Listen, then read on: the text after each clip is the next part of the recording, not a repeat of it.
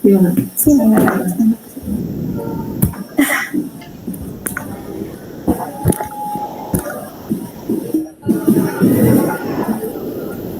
Wah, monitor sudah siap Mas di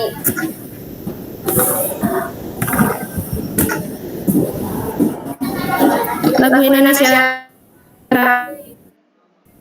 Raya udah siap Bu Ati ya Bu Ati. Oke. Share screen siap ya. Sama share video Ibu, video saya yang kemarin teh Ali. Hai. Astagfirullah, sinyalnya goreng. Oh, goreng aku beda. Sinyalnya jelek. Pakai WiFi Bu, pakai WiFi. Berasuk sih. Ini WiFi Pak. Saya mah pakai HP atau? Aduh. Loh, guru saya udah gabung tuh. Ini calon guru penggerak angkatan 12, Bapak Nur Pratama. Oke.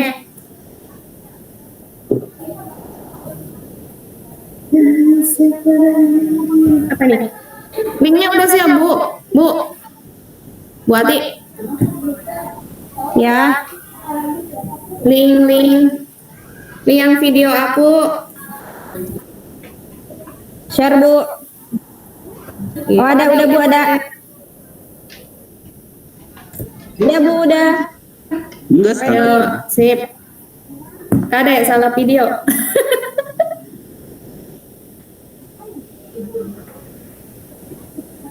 Satu menit lagi Pak Dian.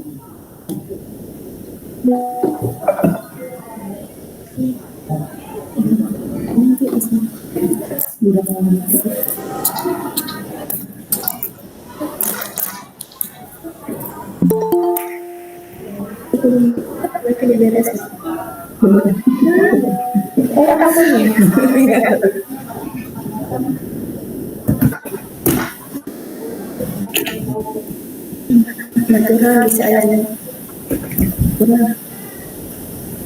Siapa? Kita natural. Ada yang karat 9 langsung. That's it. Bahasa itu merahnya kan. Ada lagi berjumpa. Nah ini pesertanya minimal 10 ya. Oh minimal. Betul apa ya? Iya. Kurang. Iya nggak tahu belum ada dana. Apaan kesini?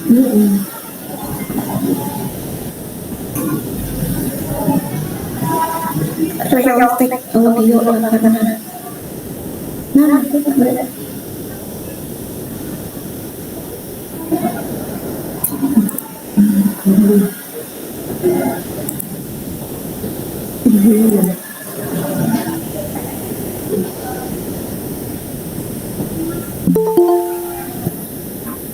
Share screen-nya ditutup dulu Bu Ati. Bu Ati. Nggak dengar. Ya Bu. Share screen-nya ditutup dulu.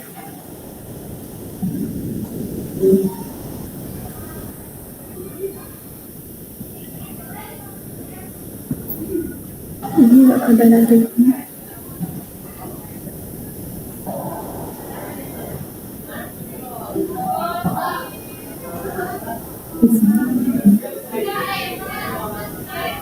Hujan.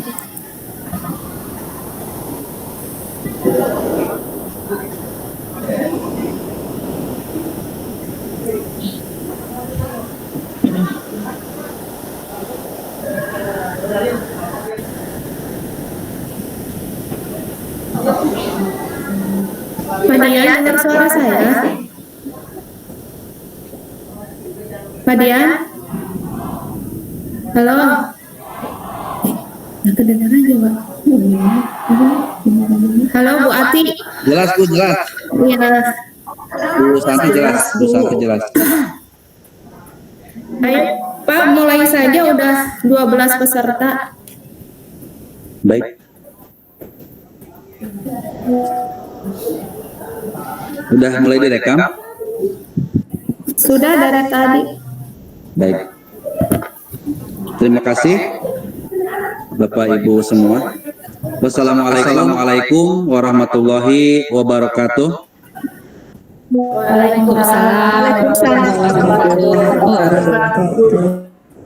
Selamat datang Bapak Ibu peserta webinar. Sekarang kita berada pada ruang webinar dengan tema diseminasi penerapan budaya positif. Kami yakin Bapak Ibu yang telah bertahun-tahun mengajar, mendampingi murid-murid tumbuh dan berkembang, menyadari ya bahwa budaya positif di sekolah sangatlah penting untuk mengembangkan anak-anak yang memiliki karakter yang kuat sesuai dengan profil pelajar Pancasila. Bapak Ibu yang saya hormati, dalam webinar ini Bapak Ibu akan diajak untuk memahami pentingnya pembangunan budaya positif di sekolah sesuai dengan filosofi pendidikan Ki Hajar Dewantara, yaitu pendidikan yang berpihak pada murid.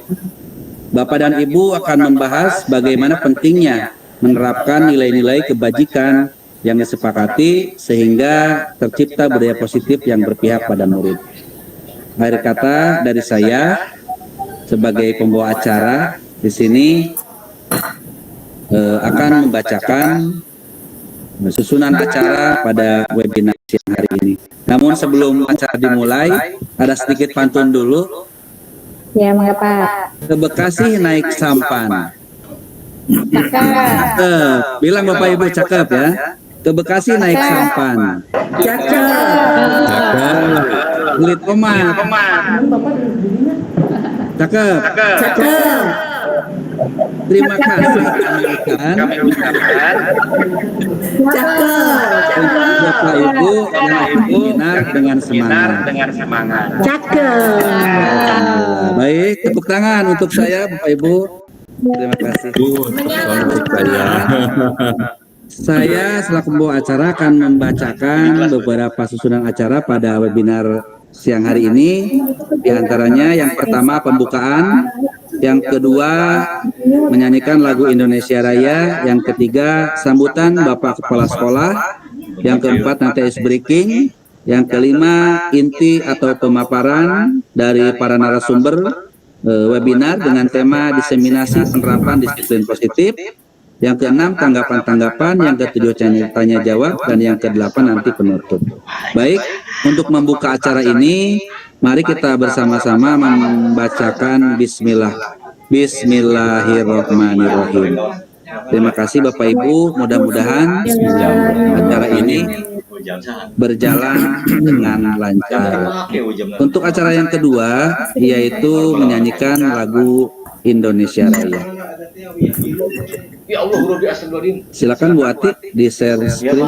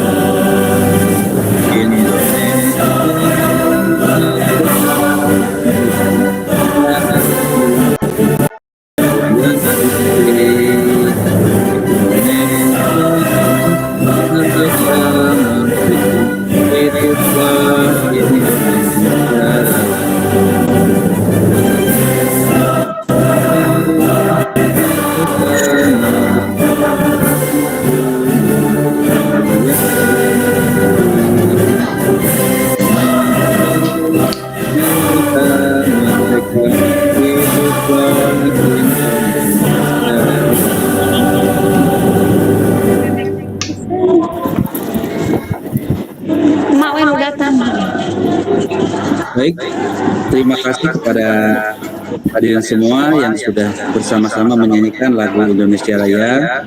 Untuk acara selanjutnya, mari kita dengarkan bersama-sama sambutan dari Bapak Kepala SMP Negeri 2 Kalijati, pada Bapak Didi Suwardi SPD. Kami persilahkan.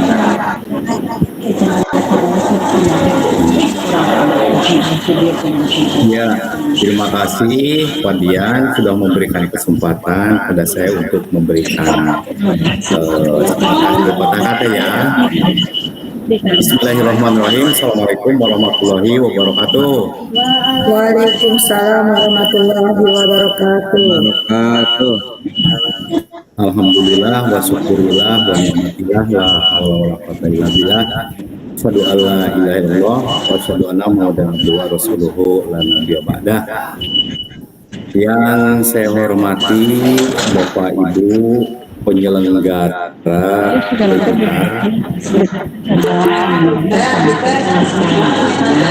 webinar, yang pula narasumber, dan yang saya hormati Bapak Ibu peserta webinar, ya.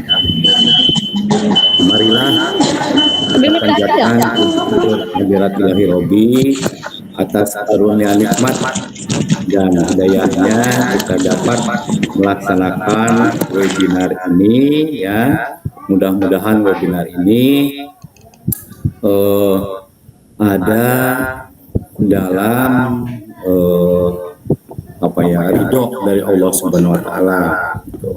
Salawat serta salam semoga tetap terlimpah curahkan pada Nabi kita, Nabi Muhammad Sallallahu Alaihi Wasallam, pada keluarganya, para sahabatnya, dan pada kita selaku umatnya. Saya selaku kepala sekolah sangat mendukung sekali, ya, dengan acara ini, apalagi yang berhubungan dengan kegiatan CGP. Saya dukung, ya, siapapun itu, ya. Saya akan mendorong setiap program dari CGP ini. Nah, kemudian Bapak Ibu, kegiatan-kegiatan seperti ini, ya, mudah-mudahan dapat diimbaskan, ya, keilmuannya di sekolah masing-masing, karena sekolah masing-masing itu sedang menunggu inovasi, kreativitas dari Bapak Ibu semua, ya. Mudah-mudahan dengan adanya kegiatan webinar ini, ya, juga nanti akan ada penyibasan pada guru-guru yang lain di sekolah masing-masing. Itu yang diharapkan. Setiap kepala sekolah tentunya akan menunggu, ya, inovasi yang akan Bapak dan Ibu CGP yang akan dilaksanakan di sekolah masing-masing. Ini selalu ditunggu sekali, ya. Mudah-mudahan kegiatan CGP ini, ya, itu akan membawa dampak positif, ya, untuk kita semua. Nah, sesuai dengan program dari CGP itu juga, ya, yaitu bergerak dan menggerakkan. Itu harus dilaksanakan, ya, di sekolah masing-masing. Itu Bapak Ibu. Kemudian saya juga berharap calon guru penggerak lebih siap menghadapi segala tantangan, ya, tantangan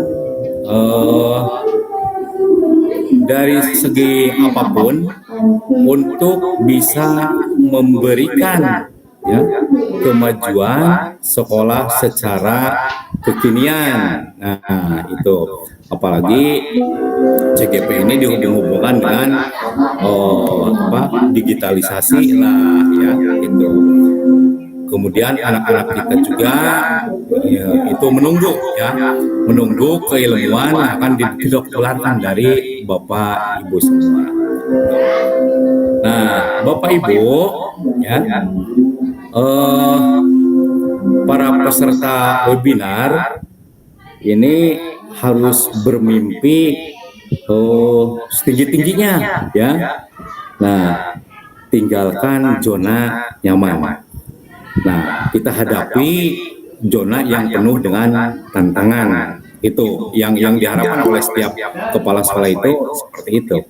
Jadi tinggalkan zona nyaman dan hadapi tantangan. Itu karena apa? Tantangan tersebut akan muncullah kayak keilmuan-keilmuan yang baru yang nantinya mungkin akan Bapak Ibu kembangkan di sekolah masing-masing. Itu barangkali yang perlu disampaikan. Selamat mengikuti webinar ya.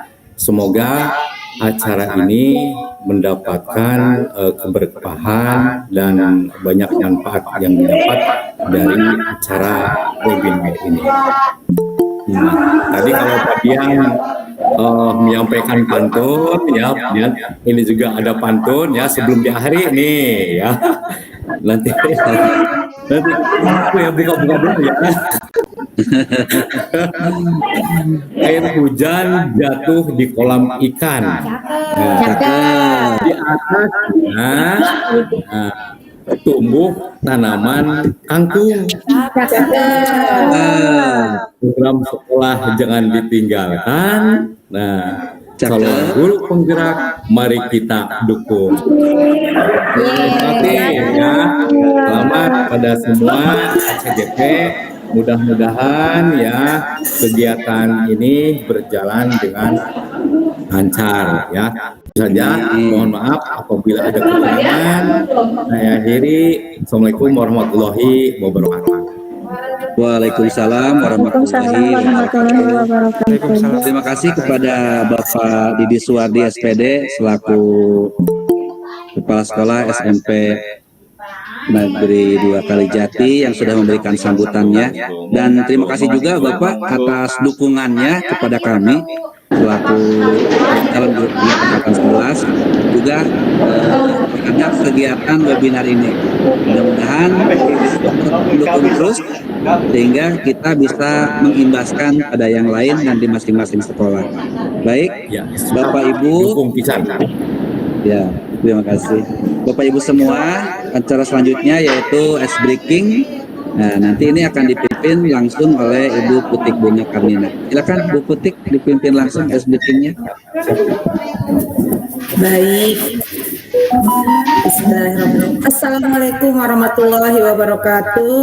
Waalaikumsalam warahmatullahi wabarakatuh. Waalaikumsalam warahmatullahi wabarakatuh. Iya, selamat pagi semuanya Bapak Ibu guru. Baik, sekarang tadi semuanya pada kasih pantun. Pak Dian kasih pantun, Bapak Kepala Sekolah kasih pantun, saya juga mau kasih pantun. Sebelum SD. Pak Markum sarapan pagi. Cakep. Makan roti dengan bubur. Cakep. Assalamualaikum, selamat pagi untuk Bapak Ibu guru semua. Kita riang hati bersyukur. Cakep. Baik, sekarang kita lanjut ice breaking ya. sudah selesai. Sekarang saya mau coba kasih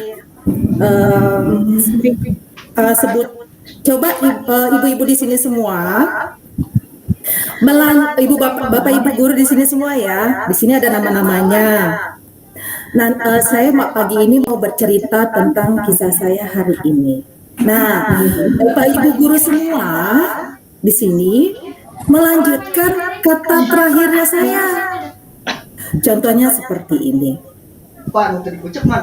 Pagi ini saya bahagia, namun belum sarapan. Kira-kira sarapan apa ya? Lanjut Bu Ganis, seperti itu. Tinggal Bu Ganis lanjutkan lagi dari kata-kata apa gitu. Siap ya Bapak Ibu ya? Siap. Bapak Ibu ini juga narasumber juga siap ya, nanti saya tunjuk. Oke. Siap Bu. Siap, Bu. Pagi ini saya bahagia ketemu sama teman-teman guru di Subang. Cuma saya bingung mau mengerjakan apa pagi ini. Kira-kira Bu Siti?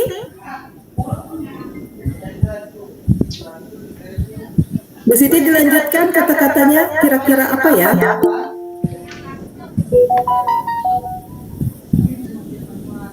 Baik, Pak Dian, kira-kira apa Pak Dian?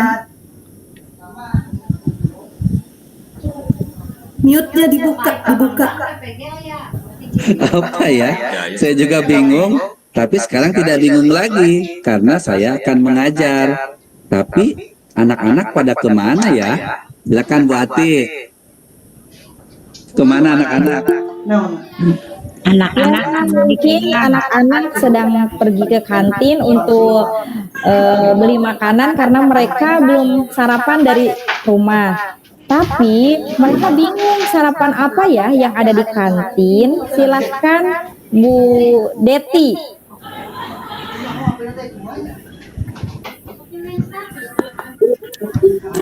Di kantin banyak sekali jajanan. Ada gorengan, ada makanan, wafer, dan lain-lain. Tapi aku inginnya makan bubur. Silahkan Bu Siti.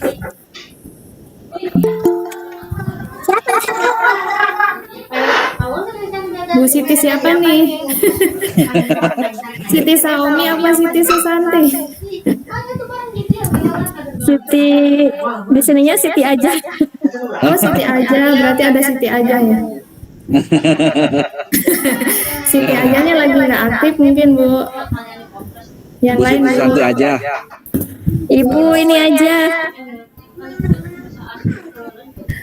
Ibu siapa ini yang aktif? Bu Marwah.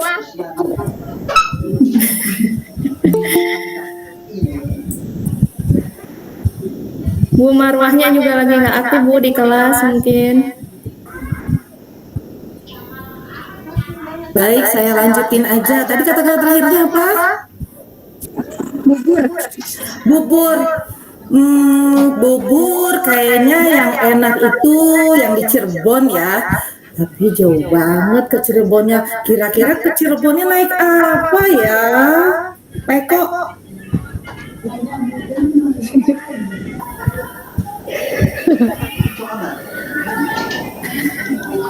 Ya, banyak yang nggak aktif. Naik roda, Bu.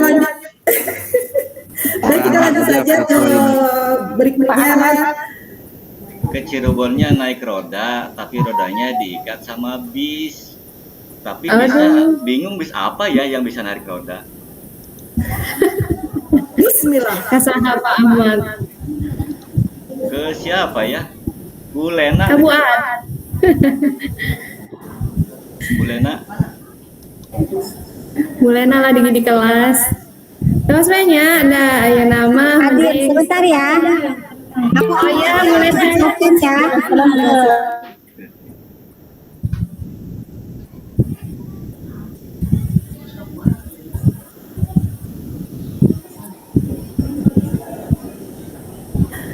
Baik, SBQ-nya cukup aja.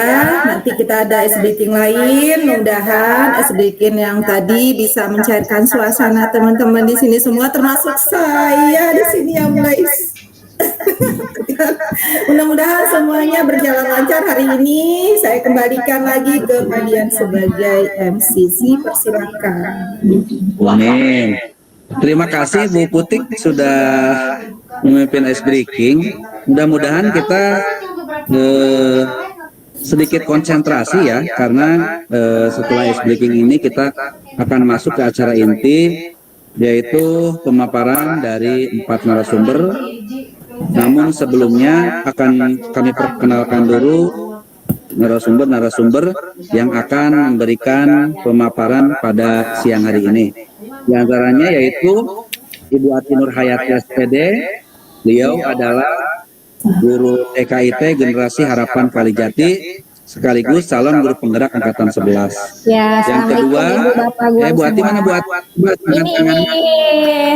Salam kenal. Assalamualaikum semuanya. Salam.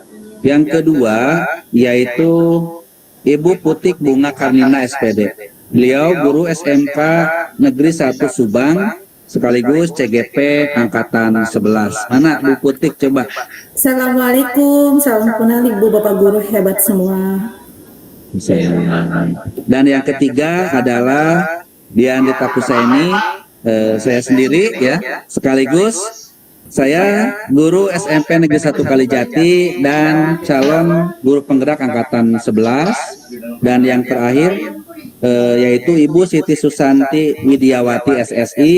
Beliau adalah guru SMP Negeri 2 Kalijati sekaligus juga calon guru penggerak Angkatan 11. Mana Bu Santi? Siap ya, saya on cam karena sinyalnya lubleb. Siap, terima kasih. Ini adalah keempat narasumber yang akan memberikan pemaparan pada webinar diseminasi penerapan disiplin positif pada siang hari ini. Baik Bapak Ibu, untuk menghemat waktu kepada Bapak Ibu narasumber untuk mempersiapkan segala sesuatunya. Namun untuk yang pertama di sini saya persilakan kepada Ibu Ati Nurhayati SPD untuk memberikan pemaparannya tentang diseminasi penerapan disiplin positif. Kepada Ibu Ati Nurhayati dipersilakan. Baik, terima kasih Pak Dian atas waktunya. Ibu Bapak Guru hebat, izinkan saya untuk share screen ya materi untuk hari ini.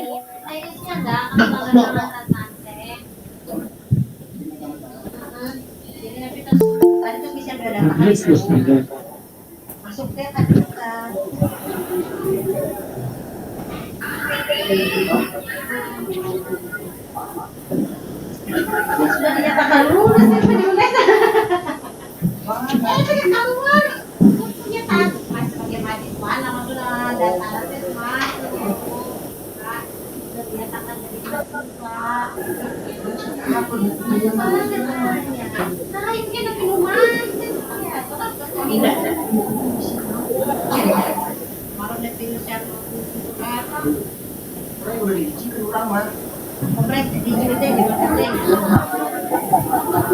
Udah kelihatan belum Pak, Bu? Belum. Gambarnya udah terlihat jelas? Belum. Belum ya? Belum.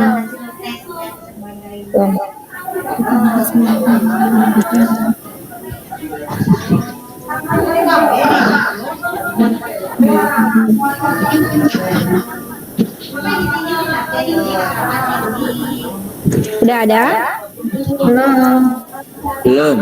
Belum ada Bu.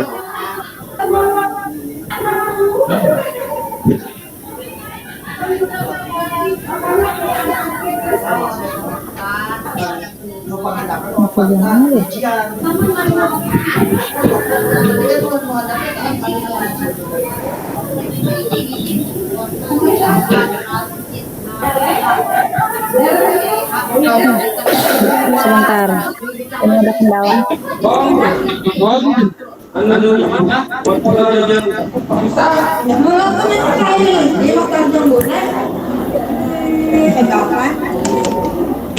Halo Kak Bulan.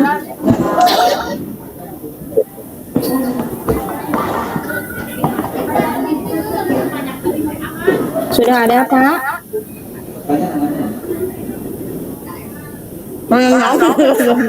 Sudah muncul?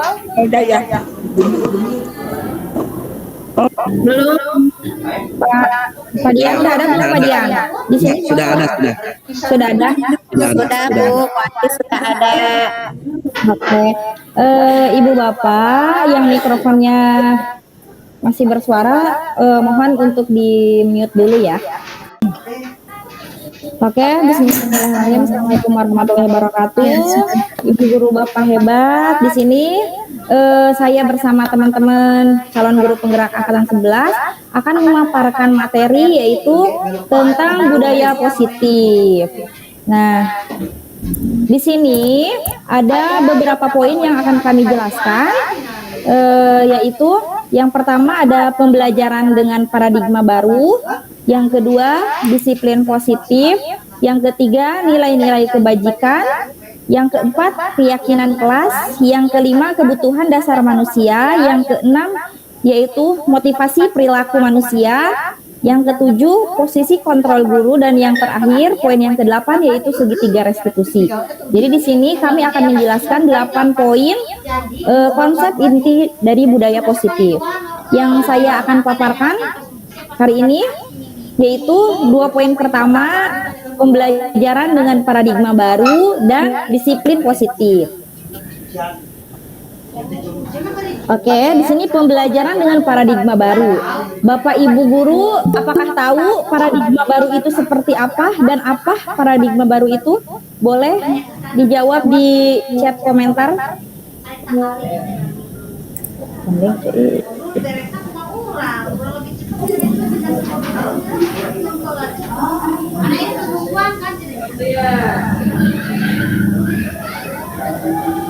Oke, lanjut.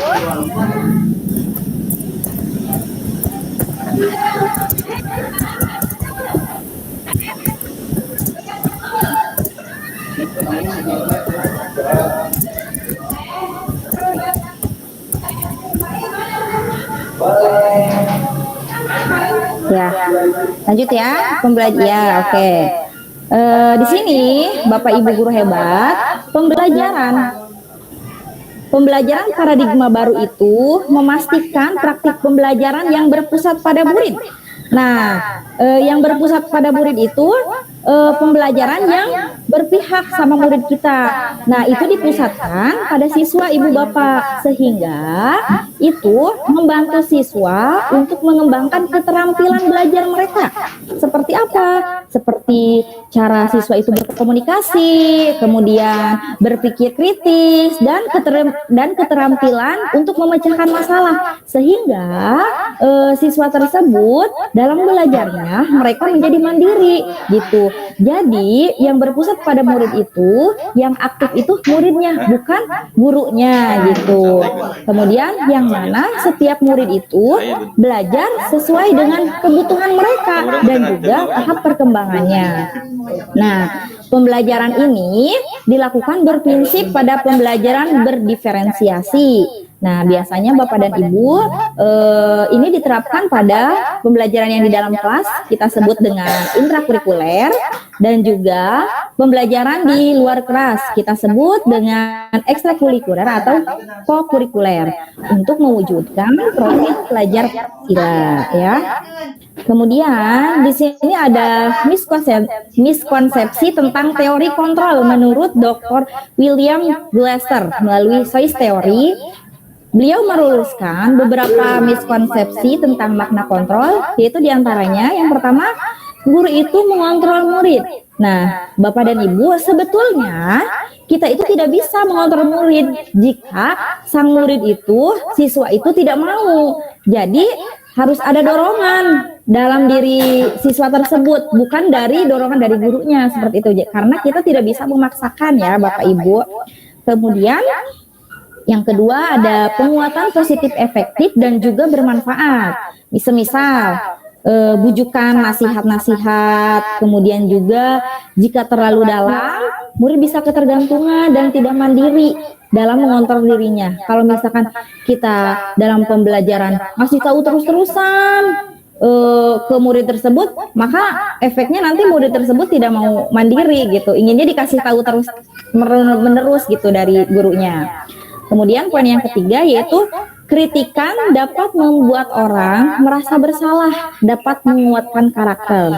Nah, kalaupun kita harus mengeluarkan kritik ya Ibu, ya Bapak ya, maka kritiklah secukupnya dan jangan membuat kritik itu anak itu menjadi down gitu, merasa bersalah terus atau merasa tidak percaya diri. Jangan sampai seperti itu. Kemudian poin yang terakhir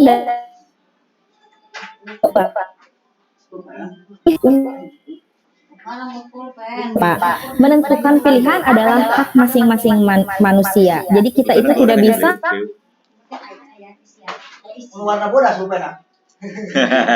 dirinya sendiri. Di sini ada poin mengubah paradigma stimulus respon ke pendekatan teori kontrol. Nah, stimulus responnya seperti ini. Realitas kebutuhan kita itu sama. Kata orang kebutuhan kita itu sama. Kebutuhan kita itu berbeda-beda Bapak dan Ibu. Ya, udah jelas dan Pak Diam pasti berbeda ya. Kemudian semua orang sama. Teori kontrol realita memilih yang berbeda pasti berbeda. Nah, seperti itu.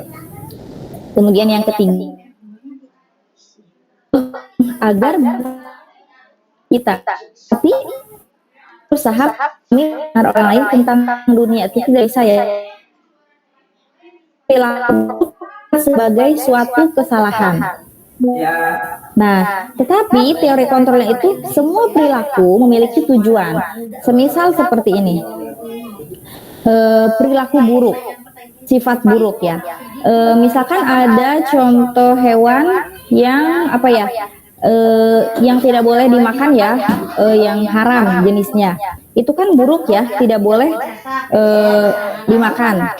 Suatu kesalahan bagi kita jika mau makan hewan yang haram. Tapi misalkan di sini memiliki tujuan, kita tanya dulu tujuannya untuk apa? Semisal untuk obat, karena tidak ada obat lagi yang bisa menyembuhkan. Misal udah pergi ke dokter atau kita udah ikhtiar kemana-mana, tapi tidak bisa. Yang bisa menyembuhkan, misalkan memakai hewan apa ya, misalkan keong misal gitu ya, hanya itu. Nah, maka itu boleh karena memiliki tujuan tertentu. Kemudian poin yang selanjutnya, orang lain bisa mengontrol saya, tapi dalam kenyataan tidak bisa Bu. Hanya yang bisa mengontrol diri kita itu diri kita sendiri, bukan orang lain gitu. Kita tidak bisa memaksakannya. Saya yang realitanya Anda tidak bisa mengontrol orang lain. Tadi yang bahwa yang bisa diri orang lain gitu. Pemaksaan ada pada saat paksa orang lain harus langkah baiknya itu untuk pencairan atau eta poinnya di saya akan jelaskan yaitu Bapak tahu di ya bisa jalan sibuk lurana minta jatah sana sareng mon ya ya disiplin iya kan hukuman kadang kan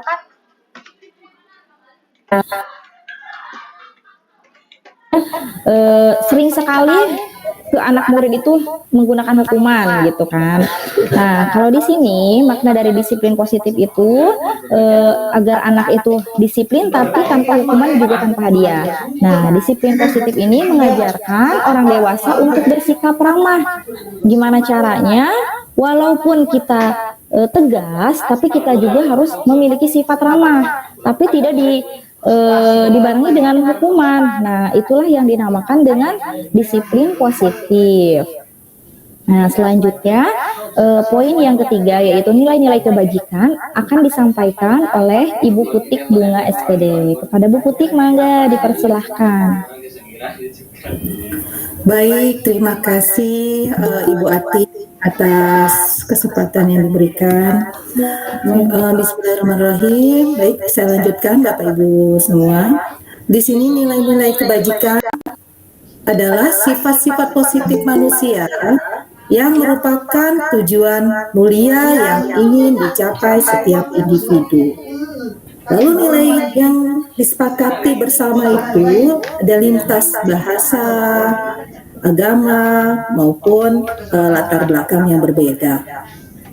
Nah, nilai-nilai universal kebajikan di sini selain selain lintas bahasa, suku, bangsa, agama, di sini nilai-nilai kebajikan universal itu tujuannya untuk membentuk Nah, benar. peran disiplin atau karakter yang di sini contohnya sesuai dengan profil pelajar Pancasila. Yang pertama itu berakhlak bertakwa kepada Tuhan Yang Maha Esa dan menjadi mandiri, bernalar kritis, berkebinekaan global, suka bergotong royong, dan kreatif. Aduh, Le, sorry, oh. Oh, tuh sama mana? Lalu lanjut Bu Bisa Ati. saya ngomong. Nah, di sini nilai-nilai kebajikan universal bisa berupa diantaranya keadilan, keselamatan, tanggung jawab, kejujuran, rasa syukur, lurus hati, berprinsip, integritas, kasih sayang, rajin, berkomitmen, percaya diri, kesabaran, keamanan. Nah, di sini ini yang harus dimiliki oleh setiap siswa, di mana terjadinya terbentuknya nilai-nilai kebajikan ini yang tadi saya utarakan untuk membentuk karakter siswa, kedisiplinan, karena ini awal dari segalanya. Contoh, keadilan, bisa berbuat adil sesama teman, ya. Lalu di sini ada keselamatan, bertanggung jawab atas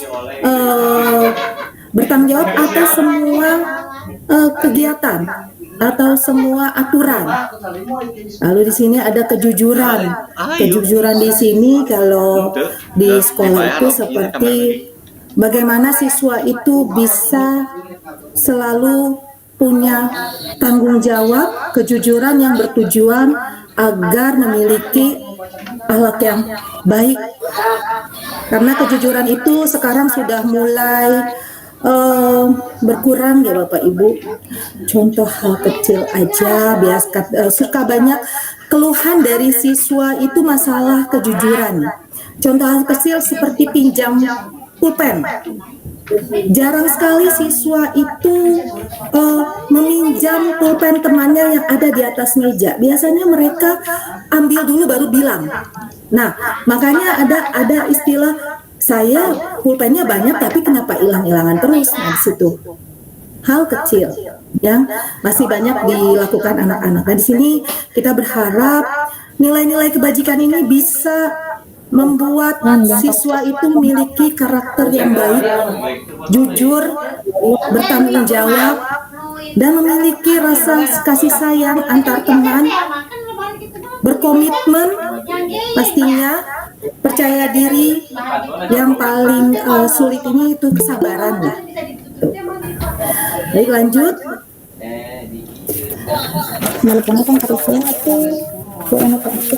Nilai-nilai kebajikan. Lanjut ke membuat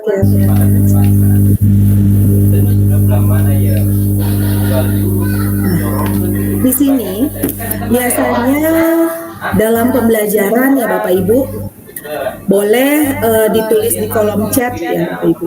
Biasanya Bapak Ibu guru itu membuat keyakinan kelas atau peraturan kelas. Mangga Bapak Ibu, biar kelihatan ramai di kolom chatnya, bisa ditulis Bapak Ibu di awal pembelajaran itu melakukan keyakinan kelas atau peraturan kelas dengan muridnya.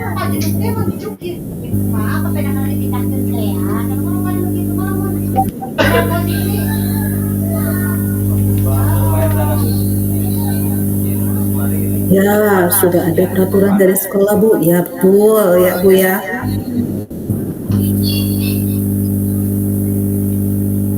Ya, baik. Ada? Bapak Ibu biasanya bikin apa itu di kelas sebelum dimulainya satu pembelajaran? Di sini Bapak Ibu gurunya pasti hebat-hebat. Membuat keyakinan kelas, ya untuk di sini ada yang membuat keyakinan kelas luar biasa. Bukan peraturan kelas ya. Ya baik, lanjut ya Bapak Ibu. Mengapa dibuatnya keyakinan kelas? Lalu kenapa bukan peraturan kelas? Ada yang bisa jawab? Dapat voucher nih.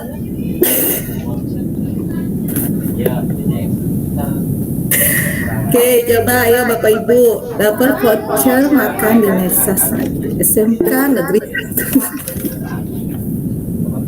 Ya Ibu Deti. Baik, terima kasih Bu. Saya izin menjawab. Kenapa keyakinan kelas bukan peraturan kelas, begitu ya Bu? Iya, apa Bu bedanya? Boleh. Karena kalau keyakinan kelas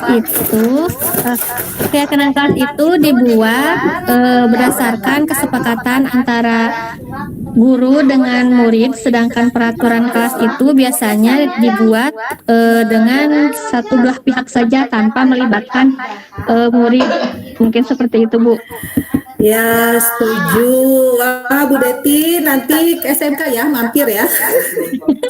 Siap Bu. Oke, ya betul. Di sini keyakinan kelas, ini pembentukan keyakinan kelas ini harus lengkap di sini, harus ya bersifat abstrak. Lalu berupaya pernyataannya universal, dibuat menggunakan kalimat positif. Sedikit saja agar mudah diingat sesuai dengan kondisi kelas yang ada di sekolahnya, dan semua warga kelas harus dilibatkan dalam membuat keyakinan kelas. Nah, keyakinan kelas di sini itu harus ada kesepakatan antara guru dan siswa untuk menciptakan lingkungan belajar yang tujuannya untuk menciptakan suasana lingkungan belajar yang positif dan produktif di kelas. Nah, kalau peraturan itu tadi betul kata Bu Deti, hanya sepihak, tuh yang dibuat hanya gurunya. Mungkin tanpa kita sadari Bu, kita dulu waktu sekolah sepertinya banyaknya dibuatnya peraturan kelas. Sepertinya seperti itu. Benar gak Bu? Coba boleh di chat di kolom chat ya, benar atau tidak? Dulu kayaknya lebih seringnya dibuat peraturan kelas dibanding keyakinan kelas. Ya, baru sekarang ya ternyata bukan salah, ternyata lebih baik kita membuat yaitu keyakinan kelas yang disepakati bersama. Dan di sini ada dibuat dengan menggunakan membuat kata-kata kalimat positif. Nah, tujuan dari membuat kata-kata kalimat positif ini untuk murid bisa mengungkapkan atau berbicara atau menulis dengan kata-kata yang baik. Nah, peraturan itu, keyakinan kelas itu kita kumpulkan dari siswa-siswa di mana ada yang boleh, ada yang tidak boleh dari kalimat positif itu. Seperti itu. Dan nggak usah banyak-banyak dibuatnya, sedikit saja. Kenapa? Karena kalau terlalu banyak tuh bingung gitu ya, siswa aturannya ini belum yang satu lagi, belum yang ini, belum terlalu banyak. Kalau menurut kita buat keyakinan kelas itu sedikit poinnya tapi jelas, disepakati bersama, tanggung jawab bersama, kerjasama yang solid, dan intinya bertanggung jawab atas semua warga kelas. Seperti itu. Kayak contoh satu, harus hadir, misalnya kesepakatannya seperti ini. Biasanya anak suka ada nih di awal-awal pembelajaran, nggak tahu nih kalau di tempat ibu seperti itu atau tidak. Biasanya saya tuh suka bikin kesepakatan 15 menit pertama silakan, anak-anak minta ibu kita dikasih waktu 15 menit pertama untuk mengganti pakaian, seperti itu. Oh silakan, Bu boleh nggak kita sarapan dulu? Bu, boleh nggak nanti kita ke lapangannya membawa sarapan dan minum? Bu, itu banyak kita kumpulkan itu. Nah, biasanya saya ambil poin-poin yang pentingnya. 15 menit pertama silakan ganti baju dan sarapan. Seperti itu. Nah, yang berikutnya biasanya anak tuh suka, boleh nggak Bu nanti di pertengahan pembelajaran izin minum, izin ya boleh pastinya kalau di pembelajaran saya. Kalau di pembelajaran di kelas mungkin kesepakatannya berbeda lagi. Beda dengan saya yang di lapangan kebetulan guru olahraga seperti itu. Jadi kesepakatan yang mudah dipertanggungjawabkan untuk semua warga kelas seperti itu. Dan pastinya di sini kesepakatan kelas itu yang paling dominan itu saya selalu kasih kayak clue gitu ya, walaupun ini nanti dibilangnya peraturan ya, kayak sedikit kayaknya kotor ya ini sebelum pembelajaran, bagusnya gini, terus anak-anak langsung menjawab sendiri seperti itu, kayak seperti mancing ya, asal jangan kita yang buat aturan itu seperti itu. Nah, biasanya kalau membuat keyakinan kelas itu yang lebih menarik itu kita membuat dari poster yang ditaruh di kelas. Kenapa sih? Nggak fotokopi aja terus ditempel, kayaknya nggak menarik banget gitu ya. Kalau cuma difotokopi atau di print warna hitam putih gitu, kayaknya nggak menarik banget. Keyakinan kelas diubah, kita bikin konsepnya poster gitu kan. Terus gambarnya di situ anak-anak gitu kan, foto-foto anak-anak, menarik banget gitu kan sepertinya. Jadi anak juga untuk bacanya juga lebih menarik gitu dibanding sama fotokopi yang ditaruh di tembok atau printan yang ditaruh di tembok, paling cuma sekilas aja mereka melihatnya seperti itu. Dan pastinya tadi yang saya sudah jelaskan harus sesuai dengan kondisi di kelas, bagaimana keadaan di kelas dan sekolah sendiri. Pastinya berbeda-beda setiap sekolah. Pastinya di sini sudah bisa membayangkan atau bisa mengondisikan di kelas Bapak Ibu dan sekolah Bapak Ibu masing-masing. Harus melibatkan semua warga kelas, betul, karena gini, kadang ada anak yang agak ngeyel. Mungkin pengalaman kita sebagai guru itu banyak. Kadang semua warga kelas tuh misalnya udah buat kesepakatan, tapi ada salah satu siswa yang nggak hadir, ini yang ngeyel gitu kan misalnya. Udah ada peraturan 15 menit ganti baju, ternyata datang 30 menit. Dengan alasan saya kemarin nggak hadir Bu waktu pembentukan keyakinan kelas. Nah, itulah kita harus menghindari itu, anak-anak yang mungkin pada saat itu tidak bisa hadir. Jadi kalau bisa warga kelas yang saya tidak ada, anak juga perwakilan menjelaskanlah ke teman-temannya seperti itu. Dan wajib harus disepakati untuk semuanya agar dengan tujuan yang tadi menciptakan lingkungan belajar yang positif, produktif di kelas, dan anak pun merasa nyaman dengan kita, dan pastinya kita juga bahagia dalam menyampaikan materi pembelajaran. Lanjut Bu Ati.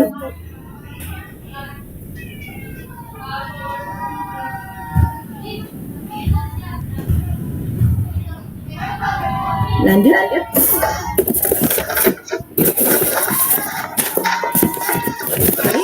Untuk kebutuhan dasar manusia, kita lanjutkan ke paparan materinya oleh Bapak Dian yang akan menjelaskan. Untuk Bapak Dian, dipersilakan.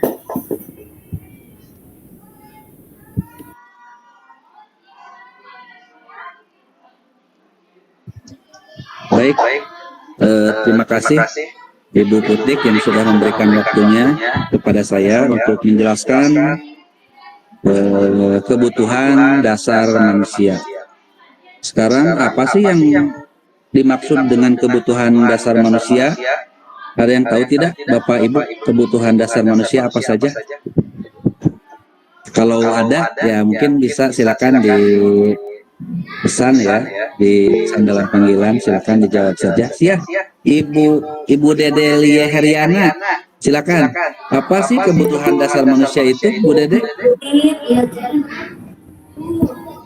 Kebutuhan dasar manusia adalah sesuatu kebutuhan dasar yang memang harus dipenuhi oleh individu itu sendiri. Nah, ketika kebutuhan dasar itu tidak terpenuhi, maka seseorang akan melakukan hal apapun agar kebutuhan dasarnya terpenuhi. Begitu Pak. Iya, betul. Tepuk tangan untuk Ibu Dede. Terima kasih Bu Dede Lia Heriani atas jawabannya. Betul sekali ya. Jadi kebutuhan dasar manusia itu adalah kebutuhan yang harus dipenuhi oleh setiap individu, dan semua orang pasti berusaha untuk memenuhi kebutuhan dasar tersebut. Terima kasih Bu Dede ya. Nah baik, Ya, sama-sama. apa saja sih yang termasuk kebutuhan dasar manusia itu? Di sini saya akan ambil 5 poin yang termasuk kebutuhan dasar manusia. Di antaranya, kebutuhan dasar ini yang mungkin harus kita akui itu ada pada setiap manusia, tidak terkecuali dengan peserta didik yang kita hadapi ya dalam mendidik. Yang pertama adalah kebutuhan bertahan hidup. Jadi setiap manusia termasuk peserta didik itu mereka mempunyai kebutuhan atau kebutuhan dasar untuk bertahan hidup ya. Jadi semua sebenarnya bukan manusia saja, termasuk hewan itu ada kebutuhan untuk bertahan hidup. Bagaimana mereka supaya bisa hidup kan, supaya tidak meninggal dunia mungkin dengan cara makan gitu kan, dengan cara minum. Nah itu adalah merupakan kebutuhan dasar bagi manusia. Nah tidak terkecuali peserta didik yang kita hadapi. Terus yang kedua, kebutuhan dasar manusia itu yaitu adalah diantaranya kasih sayang dan rasa diterima. Nah ini yang kadang kita kurang melakukan hal ini. Yang kedua ini ya, kasih sayang. Setiap individu termasuk peserta didik itu berasal dari keluarga yang berbeda, yang secara tidak kita sadari itu berbeda-beda juga tingkat kasih sayangnya.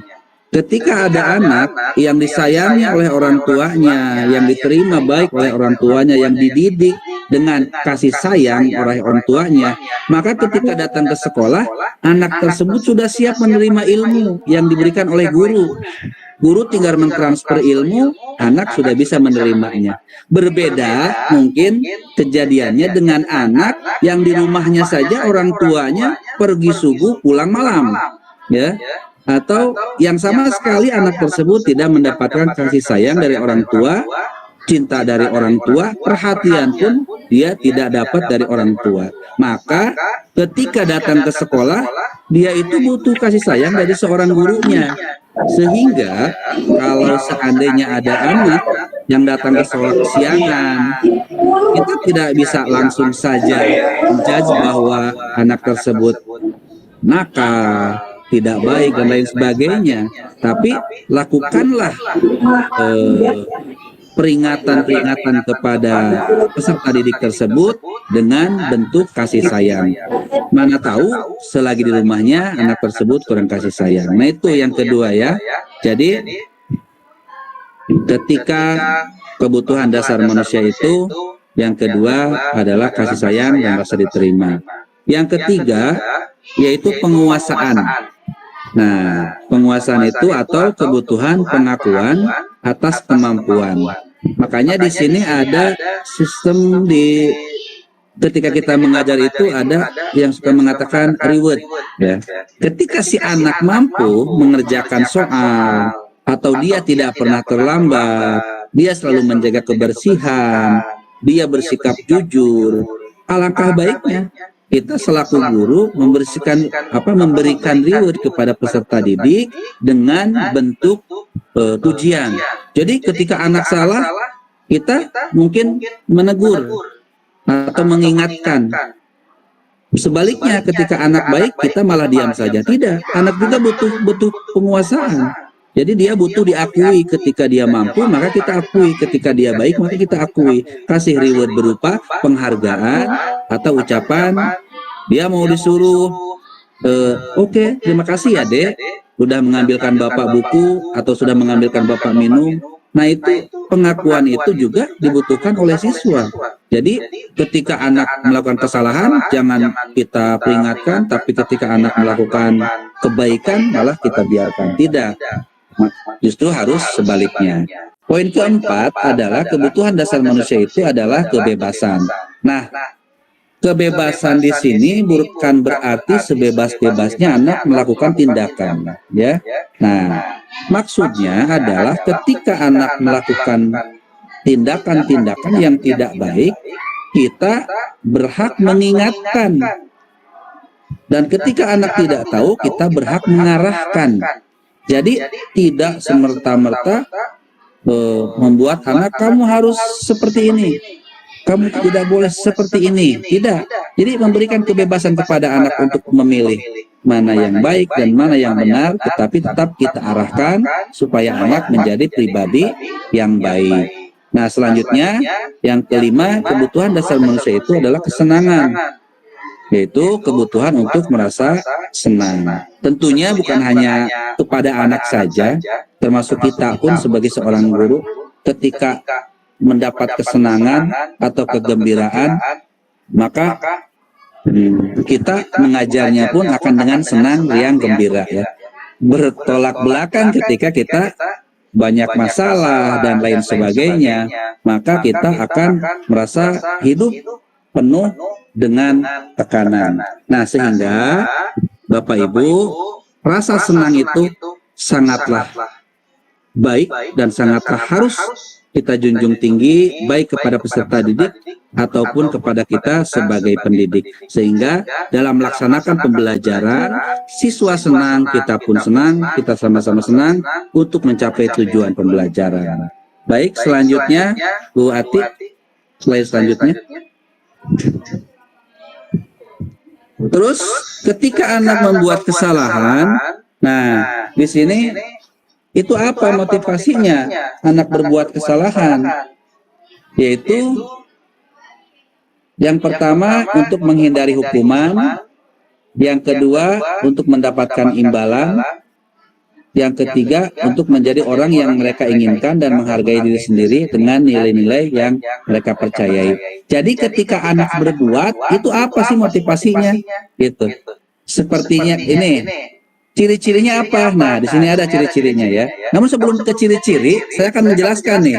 Ketika anak berbuat baik, contoh, berpakaian rapi, datang ke sekolah, mengenakan pakaian yang rapi, rambut rapi, baju rapi, celana rapi, sepatu sesuai dengan peraturan. Apa sih motivasi dia gitu kan? Apakah dia takut dihukum?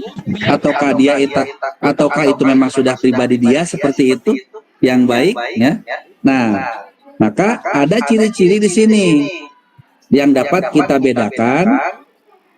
Di antaranya adalah hukuman, konsekuensi, dan restitusi. Nah, apa sih ciri-cirinya hukuman? Anak-anak takut nih pakai pakaian rapi. Kenapa kamu pakai pakaian rapi? Takut dihukum. Kenapa kamu suka kebersihan di kelas? Takut dihukum. Takut nanti kelasnya diumumin jelek ya, atau banyak sampah. Nah, itu motivasi anak itu berarti kita berposisi sebagai apa gitu ya, posisi kita. Baik, selanjutnya adalah hukuman, konsekuensi, dan restitusi. Di sini ada 3 kata. Silakan Bapak Ibu, ada yang tahu mungkin contoh hukuman seperti apa, contoh konsekuensi seperti apa, dan contoh restitusi seperti apa? Ada yang tahu tidak? Silakan, boleh resign ya. Ada tidak? Hukuman itu seperti apa sih contohnya gitu? Atau ini aja lah, jawab aja di pesan dalam panggilan ya, kotak pesan, silakan kalau tahu gitu.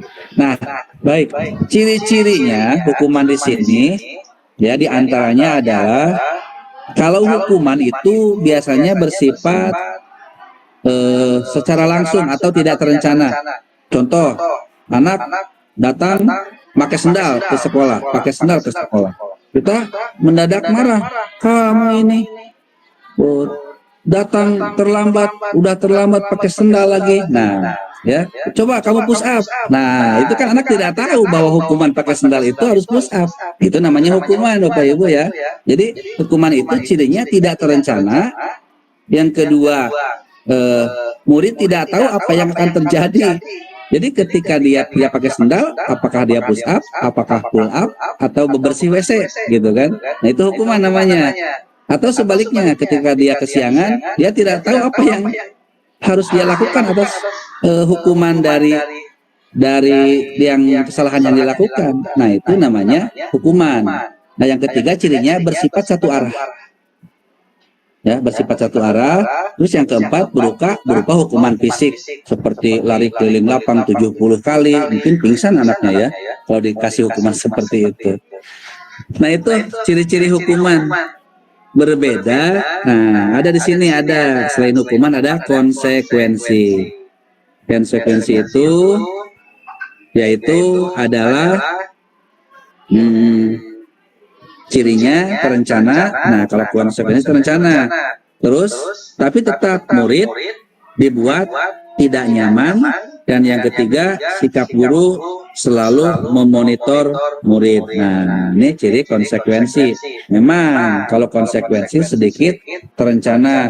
Seperti kita, kalau kesiangan, kamu tidak boleh ikut pelajaran jam pertama. Atau justru kalau kamu kesiangan, kamu kerjakan tugas yang tertinggal. Nah, itu namanya konsekuensi. Jadi rada nyambung lah antara hukuman dengan kesalahan yang siswa lakukan. Tetapi kalau konsekuensi ini tergantung dampak dari kesalahan itu apa, membuat nyaman atau tidak nyaman para siswa. Yang terakhir ini restitusi, ya. Kalau restitusi itu adalah cirinya, prosesnya menciptakan murid untuk memperbaiki kesalahan. Yang kedua, proses kolaboratif yang mengajarkan murid untuk mencari solusi sendiri. Jadi, ketika anak mempunyai kesalahan, maka kita menciptakan sebagai seorang guru yang sudah dewasa, menciptakan murid untuk memperbaiki kesalahannya. Kamu kenapa terlambat? Saya tadi malam begadang, Bu, Pak. Nah, terus apa yang akan kamu lakukan ke depan? Kalau kamu begadang ternyata terlambat, saya akan tidur tepat waktu sebelum jam 9. Nah, itu jadi memperbaiki kesalahan si siswanya itu dan mencari solusi dari kesalahan tersebut. Nah, itu namanya restitusi. Seperti itu Bapak Ibu. Coba ada yang tahu tidak? Dari ketiga macam ini, kita lebih condong kemana? Ke restitusi, konsekuensi, apa hukuman? Silakan nanti jawab aja ya di kolom chat. Tuh, nanti di situ. Apakah kita condong ke restitusi, konsekuensi, atau hukuman? Baik, selanjutnya Bu Ati. Iya, dari Bu Putih restitusi, betul. Jadi anak mengetahui kesalahannya dan mencari solusi untuk memperbaiki kesalahan tersebut. Nah, di sini perbedaan hukuman, konsekuensi, dan restitusi. Kalau tadi ciri ya, sekarang perbedaannya. Kalau hukuman dapat digunakan dengan hati-hati untuk menegakkan aturan. Kalau konsekuensi logis dapat membantu siswa belajar dari tindakan mereka. Kalau restitusi dapat memperkuat nilai-nilai tanggung jawab dan pemulihan. Nah, itu mungkin dari perbedaan atau penjelasan saya tentang 5 kebutuhan dasar manusia. Untuk selanjutnya, untuk 5 posisi kontrol guru akan saya serahkan penjelasannya ke Ibu Santi ya. Kepada Bu Santi dipersilakan Bu Santi. Baik, sebelum lanjut ke Bu Santi ya, kita relax dulu. Sepertinya di sini mulai pada pegel kali pinggangnya ya. Oke, saya mau tebak-tebakan. Nanti Bapak Ibu silakan boleh raise hand atau chat di kolom ya tebakannya. Kenapa spion ada 2? Ayo, coba, chat boleh tulis di kolom chat. Kenapa spion ada 2? Boleh, rasa boleh. Kenapa Pak Dian? Kenapa spion ada 2?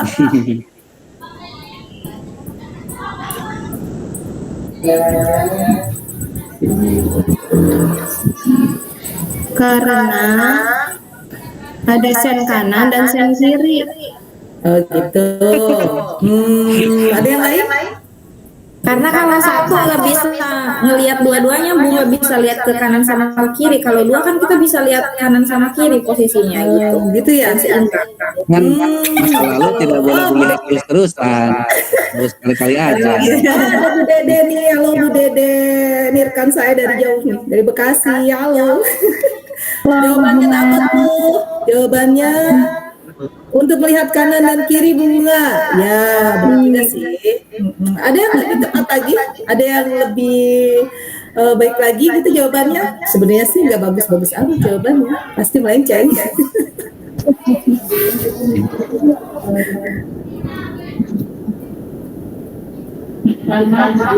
Karena kalau spionnya satu apa? Karena kalau spionnya dua apa? Ini siapa nih? Bu, coba saya tebak namanya. Siapa tahu rezeki lagi on. Bu Dwi, mana Bu Dwi? Bu Dwi Ani.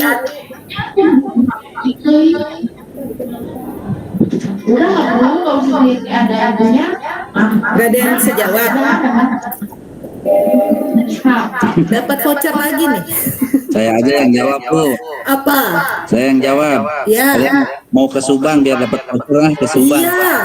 Ayo jawab. Nanti dapat Iya. Voucher itu semeakmat nanti vouchernya ya. Belanja sepuasnya ya, Bu.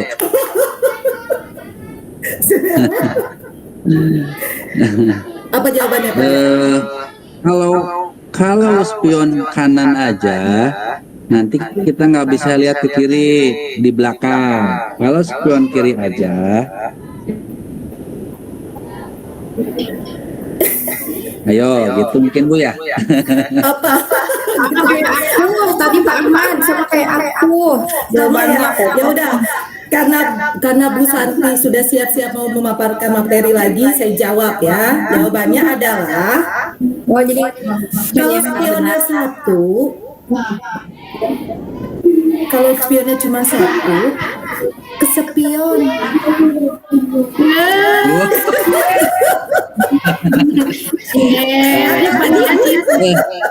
Terima kasih. Lalu dilanjutkan ke Bu Santi untuk paparan materinya. Assalamualaikum.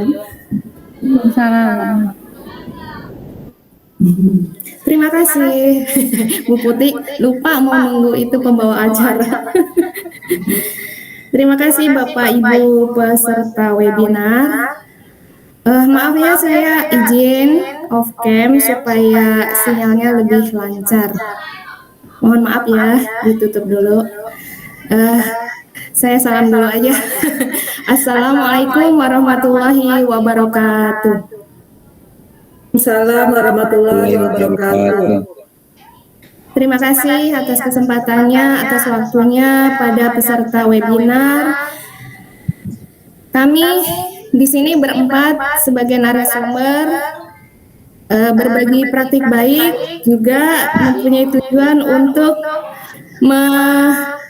melaksanakan tugas kami ya sebagai calon guru penggerak. Kita sudah nyampe ke modul 1.4. Di sini ada tugas penimbasan materi yang telah kami dapatkan dari pendidikan guru penggerak. Nah, terima kasih. Saya lanjutkan. Bagian saya adalah posisi kontrol guru. Ada 5 posisi kontrol guru. Dikutip dari buku sebuah resensi pendidikan guru penggerak, Gosel telah berkesimpulan bahwa terdapat 5 posisi kontrol yang dapat diterapkan seorang guru kepada muridnya. Di antaranya adalah 1. 2. Membuat rasa bersalah. 3. Sebagai teman. 4. Sebagai pemantau. Dan 5 sebagai manajer. Lanjut Bu Ati. Bu Ati bisa dilanjut.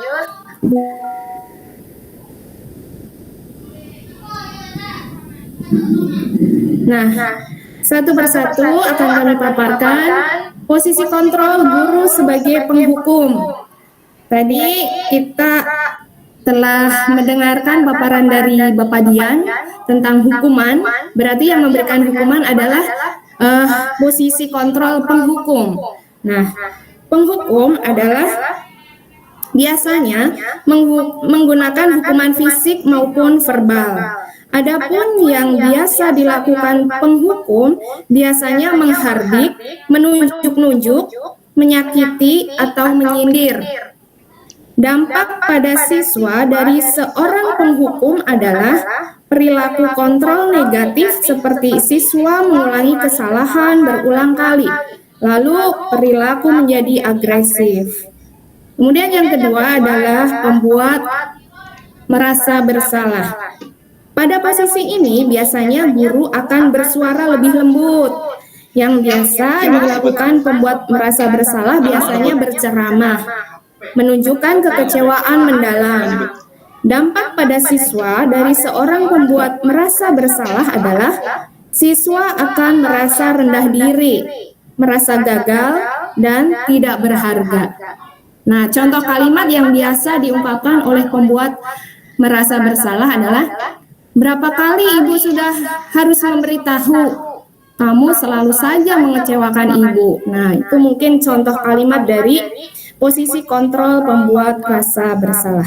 Kemudian posisi kontrol yang ketiga sebagai teman. Guru pada posisi sebagai teman tidak akan menyakiti siswa, namun selalu berupaya mengontrol siswa melalui pendekatan persuasi. Yang biasa dilakukan posisi sebagai teman adalah membuatkan alasan-alasan untuk siswa-siswanya. Dampaknya apa? Dampak pada siswa adalah siswa akan tergantung, tidak mandiri, dan tidak bisa memutuskan keputusan sendiri. Nah, kalimat yang biasa diucapkan oleh guru yang mempunyai posisi kontrol sebagai teman adalah begini. Salah satunya ya, tolong bantu ibu ya, ikuti aturan sekolah. Lain kali jangan berbuat seperti ini lagi. Tuh, nanti ibu dimarahin kepala sekolah kalau kamu mengulang-ulang kesalahan itu. Nah, itu sebagai teman. Selanjutnya sebagai pemantau. Sebagai pemantau, biasanya selalu mengawasi atau memantau siswanya yang berpatokan pada catatan atau kesempatan yang sudah disetujui. Yang biasa dilakukan posisi sebagai pemantau yaitu memantau, menghitung, dan mengukur kedisiplinan siswa. Dampaknya apa? Bagi siswa dari posisi pemantau yaitu menitik beratkan pada dampak pada diri sendiri, mendapatkan hadiah atau mendapatkan hukuman. Contoh kalimat yang dipakai oleh guru sebagai kontrol pemantau adalah, kamu sudah melanggar aturan sekolah, tahu konsekuensinya? Belilah atribut di koperasi, jangan diulang lagi kesalahan tadi. Seperti itu kurang lebihnya. Kemudian yang terakhir adalah kontrol guru sebagai manajer. Seorang manajer telah memiliki keterampilan di posisi teman maupun pemantau, dan dengan demikian bisa jadi di waktu-waktu tertentu kembali kepada kedua posisi tersebut bila diperlukan.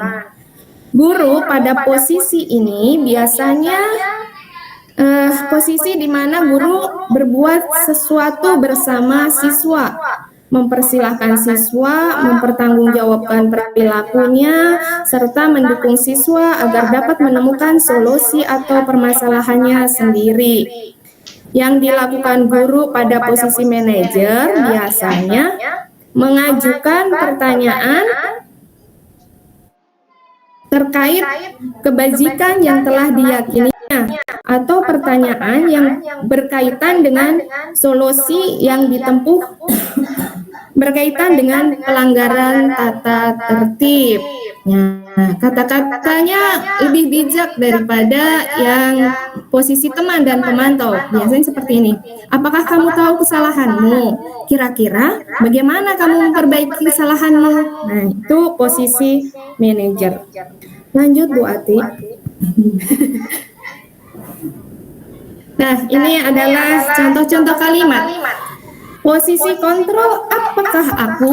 Nah, mungkin ini pernah dilakukan oleh Bapak Ibu dan oleh saya sendiri. Boleh dijawab langsung ya, Bu Ibu, boleh raise hand.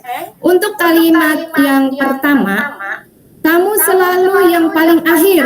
Nah, ini kira-kira posisi kontrol guru sebagai apa ya, Bu? Bapak Ibu? Ada yang mau menjawab? Boleh raise hand atau di chat boleh. Kamu selalu yang paling akhir. Nah, ini posisi kontrol guru sebagai apa? Ya, Dede Lia Heriana, Ibu Dede Lia, apa ya Bu ya? Menurut Ibu Sebagai pemantau, Ibu. kamu selalu yang paling akhir. Ada jawaban yang lain mungkin?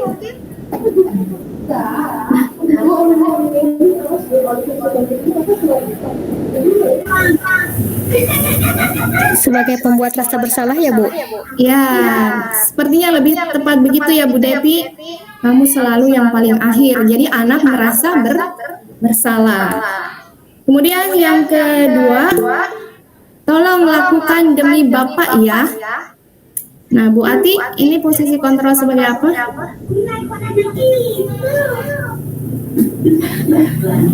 Bu Ati mau menjawab. Bu Ati di unmute Bu Ati. Oh, di unmute. Di unmute. Pak Dian, tolong lakukan demi Bapak ya. Posisi apa ini ya Pak Dian? Sepertinya sebagai teman, Bu. Oh iya benar ya. Sepertinya benar. Sepertinya benar.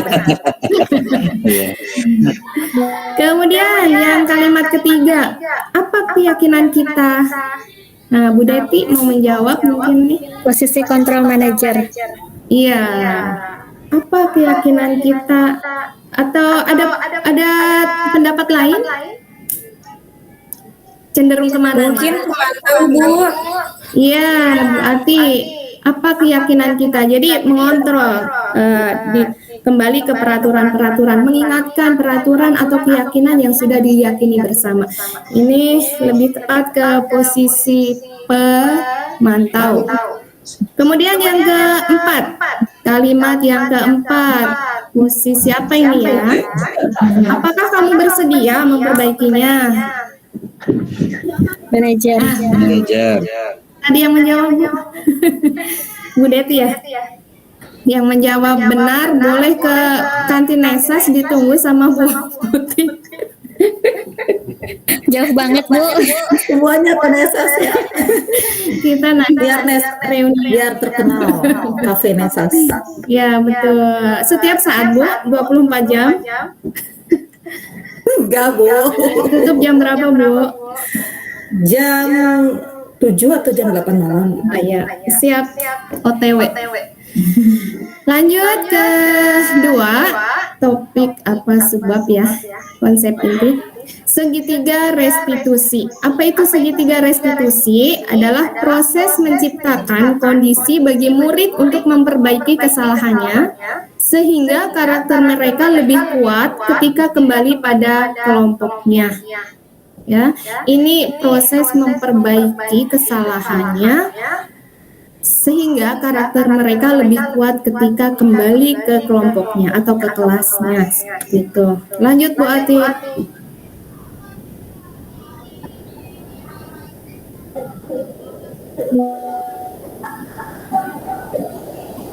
Nah, 3 langkah restitusi. Yang pertama, menstabilkan identitas. 2, validasi tindakan yang salah. Dan yang ketiga, menanyakan keyakinan. Ini 3 langkah yang kita terapkan kepada siswa yang melakukan tindakan-tindakan kesalahan. Lanjut, Bu Ati. Nah, kalau digambarkan secara sistematis seperti ini yang dimaksud dengan segitiga restitusi. Ada 3 sisi. Yang pertama adalah menstabilkan identitas. Jadi setiap orang pasti pernah melakukan kesalahan. Kamu bukan satu-satunya yang melakukan kesalahan ini. Kita dekati anak supaya mau memperbaiki kesalahannya, karena memang setiap orang pasti pernah berbuat kesalahan. Kemudian setelah anak stabil, kita masuk ke tahap 2, yaitu validasi tindakan yang salah. Ya, kepada murid ini ya kita lakukan. Kamu tentu punya alasan mengapa melakukan itu. Adakah cara yang lebih efektif untuk mendapatkan apa yang kamu butuhkan? Setelah tadi stabil ya perasaannya, identitasnya, masuk ke langkah kedua itu menanyakan alasannya kepada anak kenapa berbuat seperti itu. Kalau anak sudah menjawab, ya, kita lanjut ke sisi yang ketiga, yaitu menanyakan keyakinan. Keyakinan kelas apa yang telah kita sepakati? Ya, tadi di awal sudah dijelaskan ya, ada keyakinan kelas oleh Bu Putik, bagaimana menyusun keyakinan kelas. Ibu hilang share screen-nya. Bu Ati. Ya. Langkah ketiga yaitu tadi menanyakan keyakinan. Setelah anak tahu keyakinan kelas apa yang mereka langgar, kita tanyakan, maukah kamu memperbaiki kesalahan kamu? Bagaimana cara kamu akan memperbaikinya? Nah, jadi 3 langkah ini yang kita terapkan ketika kita menghadapi anak-anak yang bermasalah. Lanjut, Bu Ati, share screen-nya kok hilang ya? Halo, Bu Ati. Saya tutup dulu, mungkin sinyal saya. Oh iya, setelah saya tutup presentasinya keluar. Ya. Saya lanjutkan. Setelah 3 langkah kita lakukan kepada anak, ya. Ini adalah kata-kata yang bisa kita kutip ketika kita menghadapi anak yang sedang melakukan kesalahan. Berdasarkan prinsip teori kontrol, seperti yang Bu Ati telah paparkan, teori kontrol membuat kesalahan itu adalah bagian dari proses pembelajaran. Jadi berbuat salah itu tidak benar-benar salah, karena memang berbuat salah itu adalah awal dari proses pembelajaran itu sendiri. Nah, bagaimana cara menstabilkannya? Ini kata-kata yang bisa kita kutip, kita berikan kepada anak kita. Berbuat salah itu wajar, Nak, bla bla bla bla bla, gitu ya, dilanjutkan. Kemudian, tidak ada manusia yang sempurna. Ibu atau bapak guru juga pernah melakukannya. Kemudian ibu bapak guru tidak mau mencari siapa yang salah, tapi ibu ingin mencari solusi dari permasalahan ini. Kemudian bisa juga dengan kata-kata kamu berhak merasa begitu, bukan gitu ya. Lanjut, Bu Ati. Berdasarkan prinsip teori kontrol, setiap perilaku berupaya memenuhi suatu kebutuhan. Nah, pada tahap validasi tindakan, kita menanyakan alasan apa alasan apa sehingga anak berbuat salah. Seperti yang sudah dipaparkan oleh Bapak Dian, tadi ada 5 kebutuhan manusia. Ketika anak berbuat salah, pasti ada salah satu kebutuhan anak yang belum terpenuhi. Nah, kita tanyakan di tahap validasi. Dengan kalimat seperti apa? Di antaranya seperti ini. Kamu pasti punya alasan mengapa melakukan itu. Kemudian, padahal kamu bisa melakukan yang lebih buruk dari ini ya. Yang ketiga, kamu patut bangga karena telah melindungi sesuatu yang penting buatmu, yaitu kebutuhan hidupnya tadi. Yang terakhir, kamu melakukannya karena mempertahankan sesuatu yang penting bagimu. Lanjut. Nih, tahap yang ketiga menanyakan keyakinan. Berdasarkan prinsip teori kontrol yang sudah dipaparkan oleh Bu Ati, bahwa pada dasarnya kita termotivasi secara intrinsik, yaitu dari dalam. Nah, kata-kata yang bisa kita kutip yaitu apa keyakinan kelas kita. Jadi anak-anak harus diingatkan kembali terhadap keyakinan-keyakinan yang sudah disepakati di dalam kelas mereka. Kemudian nilai-nilai apa yang telah disepakati bersama? Seperti apa gambaran sebuah kelas yang ideal menurut kamu? Kamu ingin menjadi orang seperti apa? Seperti itu. Nah, ini kalimat-kalimat yang bisa dipakai ketika kita melakukan tahap menanyakan keyakinan. Lanjut Bu Ati. Nah, ini adalah rangkumannya. Peran-peran guru sebagai penghukum, pembuat orang merasa bersalah, sebagai teman, pemantau, dan manajer. Nih, ini hasilnya akan berbeda dari kelima. Nah, dari kelima ini, kalau diperhatikan, yang paling bagus adalah posisi sebagai manajer. Karena di sini hasilnya akan menguatkan watak atau karakter siswa. Ya, berbeda dengan penghukum. Kalau penghukum nanti hasilnya anak akan memberontak, menjadi pendendam, menyalahkan orang lain. Kalau posisi pembuat rasa bersalah hasilnya seperti menyembunyikan, menyangkal, berbohong. Nah, kemudian yang teman tadi hasilnya akan menyebabkan siswa ketergantungan. Wah, nanti kan dilindungi sama guru gitu, seperti itu. Jadi ketergantungan kepada guru, pengen selalu dilindungi atau selalu didukung lah, seperti itu. Lanjut Bu Ati. Udah habis ya? Oh ya, untuk lebih jelasnya, mari kita tonton video ya, contoh video dari 5 kontrol guru, 5 posisi kontrol guru. Silakan Bu Ati share videonya. Baik, tunggu sebentar ya. Oke. Yang 5 tadi apa? Penghukum, pembuat rasa bersalah, sebagai teman, sebagai pemantau, dan sebagai manajer. Di sini akan kita tonton perbedaan dari kelimanya.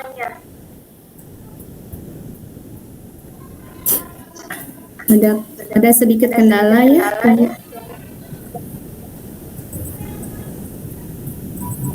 Udah ada, Bu? Belum. Ntar iklan.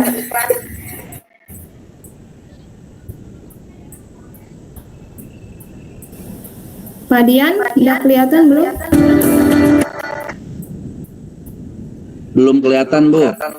Nah, udah sekarang udah ada.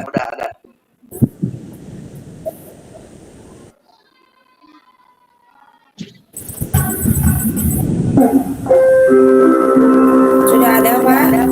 Sudah ada. Sudah, bisa di zoom. Sini kamu. Suaranya enggak? Selamat pagi, Bu. Selalu terlambat. Kamu deh, pasti terlambat. Maaf, Bu. Saya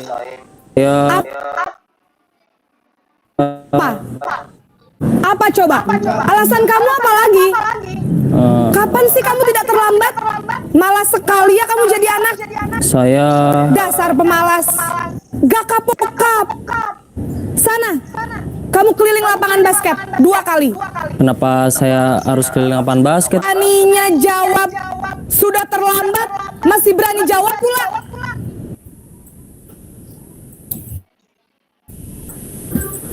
Sekarang keliling lapangan basket 5 kali sekalian, biar kapok.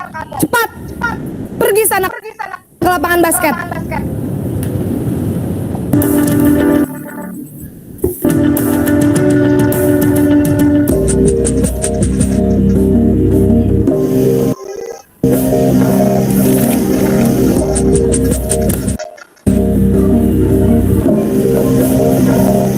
Naren,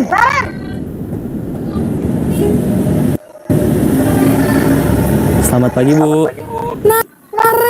Naren, kamu kenapa terlambat lagi, nak? Ya Tuhan, Naren, kamu senang ya bikin ibu susah ya? Kalau kamu terlambat lagi, nanti ibu yang ditegur bapak kepala sekolah, nak. Disangka ibu tidak bisa membina kamu. Duh, gimana ini? Maaf, Bu. Duh, Gusti Naren, kamu suka ya kalau ibu ditegur bapak kepala sekolah? Terus, sekarang ibu harus tulis apa ini di buku absen? Ini kamu sudah sering terlambat loh. Ibu harus apa coba? Maaf, Bu. Maaf sekali. Ya sudah, lain kali jangan bikin ibu susah lagi ya, nak ya. Ibu tidak akan kuat lagi kalau kamu begini terus. Bisa jantungan kalau ibu ditegur bapak kepala sekolah. Sana cepat ke kelas. Maaf ya, Bu. Maaf sekali.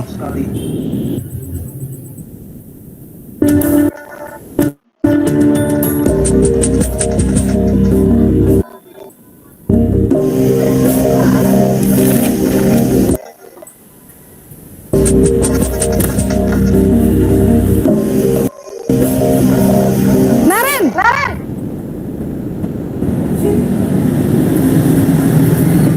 Selamat pagi, Bu. Wah, sudah jam berapa ini, nak? Terlambat lagi ya, sayang. Iya, Bu. Habis ibu saya lupa bangunkan saya, Bu. Kamu malah menyalahkan ibu kamu. Kamu bukannya anak yang larinya paling kencang. Kok terlambat sih? Iya, Bu. Saya memang terlambat bangun tadi. Jadi, biarpun saya lari kencang, tetap gak kekejar, Bu. Ya sudah sana. Nanti lain kali larinya lebih kencang lagi ya. Biar gak terlambat lagi. Bikin seneng ibu. Demi ibu. Bisa kan? Bisa lah, Bu. Ya sudah, sana masuk kelas. Ibu beresin urusan absen kamu. Kamu ini ada-ada saja.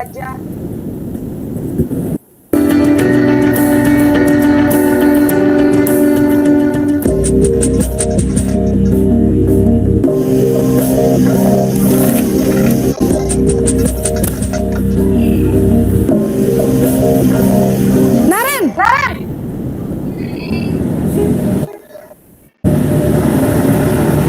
Selamat pagi, Bu. Naren, apa peraturan sekolah kita tentang jam berapa kita harus masuk sekolah, nak? Kita harus di sekolah jam 7, Bu. Iya, betul. Sekarang sudah jam 7.20. Naren sudah tahu konsekuensinya jika terlambat hadir. Paham, Bu. Saya harus tinggal kelas pas jam istirahat selama 20 menit. Iya, benar. Konsekuensinya demikian. Jadi nanti jam 9.30 pas istirahat, kamu harus tinggal di kelas, kerjakan tugas tambahan untuk ketertinggalan kamu, ya? Baik, Bu.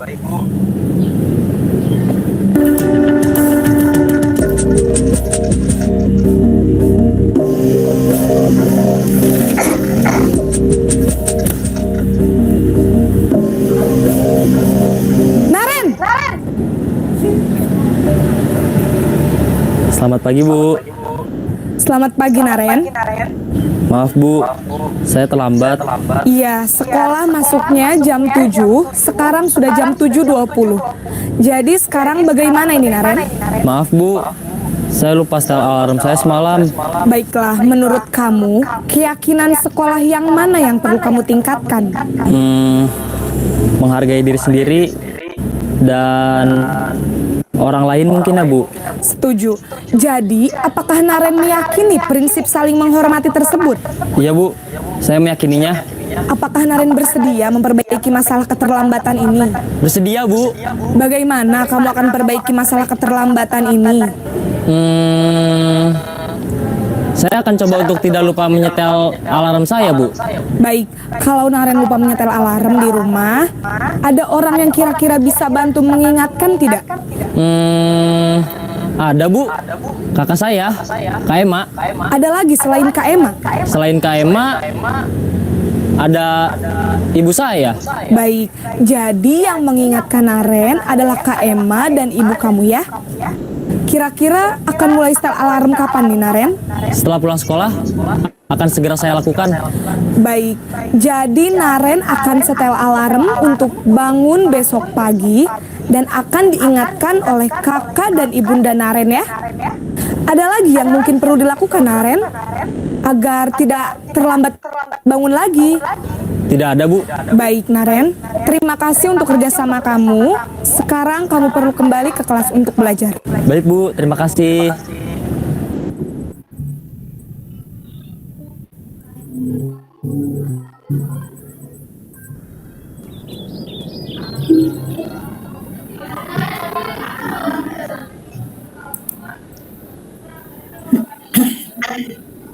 Cukup? Ya, sudah selesai ya. Terima kasih Bapak Ibu yang tadi sudah dengan hikmat menonton video. Adakah yang ingin memberikan tanggapan setelah menonton video tadi?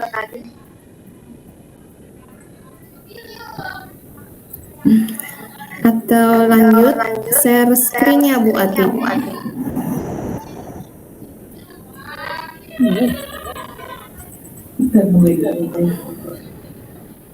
Ya mungkin insya Allah tadi setelah menonton tadi lebih jelas ya bagaimana cara membedakan antara posisi kontrol guru sebagai penghukum, membuat rasa bersalah, memantau, ya. Ada pertanyaan Bu Santi barusan? Sebagai manajer. Oh iya, ini sudah sesi pertanyaan Bapak.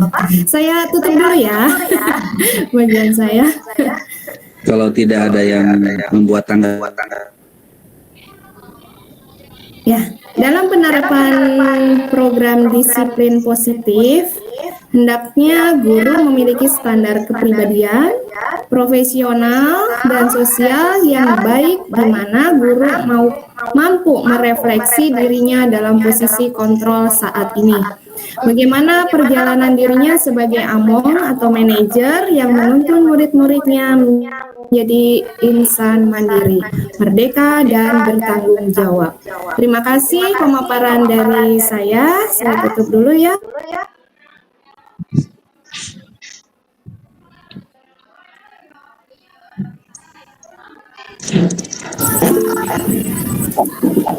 Ya, lanjut Pak Ian. Terima kasih. Baik. Monitor Pak Ian. Siap, baik. Di saya kayaknya sinyalnya jelek nih. Ini kelihatan nggak? Ada nggak, Bu Ati? Ada Pak, ini masuk sesi pertanyaan. Kita langsung Baik. sesi pertanyaan atau menyimpulkan dulu nih. Bu Ati, ini kesimpulan tadi sudah ya? Sudah. Bu Ati, untuk share screen-nya saja, kita masuk ke sesi pertanyaan dan tanggapan. Baik, Bapak Ibu, karena pemaparan dari keempat narasumber sudah selesai dilaksanakan, mungkin sekarang sesi tanggapan dulu ya sebelum tanya jawab. Sini sudah ada yang raisen, ini Ibu Ulpah Nur Habibah. Silakan Bu Ulpah, mungkin ada tanggapan untuk pemaparan tadi yang disampaikan oleh para narasumber. Silakan Bu Ulpah Nur Habibah.